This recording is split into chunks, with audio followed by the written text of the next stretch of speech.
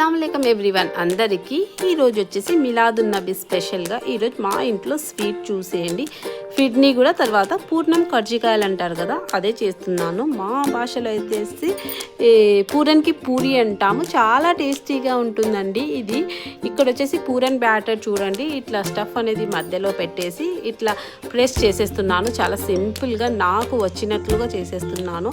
ఎందుకంటే మనం పిండి వంటలు కూడా చేసుకోవాలండి, అప్పుడే మనకి ఈ ఫెస్టివల్ ఫీల్ అనేది వచ్చేస్తుంది కదా. ఇక్కడ వచ్చేసి నేను ఫిడ్నీ కూడా రెడీ చేసేసాను. తర్వాత ఇట్లా వెడల్పుగా ఉన్న ప్యాన్లో నేను ఆయిల్ వేసుకున్నా చూసేయండి. ఎందుకంటే ఎక్కడికి వెళ్ళవన్నమాట. నాకు కడాయిలో అట్లాంటి డీప్ ఫ్రైస్ అంటే కొద్దిగా భయం ఎక్కువ, అందుకోసం చూసేయండి. ఇంకా పర్ఫెక్ట్గా వచ్చేసాయి. ఎర్లీ మార్నింగే లేసేసి ఇట్లా చేసేస్తే ఇంకా బ్రేక్ఫాస్ట్కే మనం తినేయచ్చు అన్నమాట.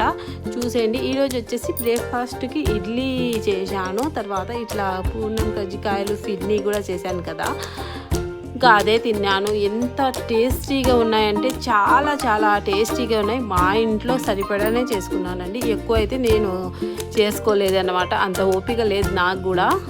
ఇక్కడ వచ్చేసి చూడండి, ఇన్నే నేను చేసింది. ఇంకా తర్వాత నేను టేస్ట్ చూస్తున్నాను. మాషాల్లా ఎంత డెలిషియస్గా ఉన్నాయంటే చాలా చాలా బాగున్నాయి. రెసిపీ కావాలా అలా చేసి కామెంట్ చేసేయండి. ఇన్షాల్లా ఇంకా ఎప్పుడైనా నెక్స్ట్ చేసినప్పుడు మీకు షేర్ చేస్తాను. అప్పటి వరకు మా ఛానల్కి సబ్స్క్రైబ్ చేసేయండి మరి.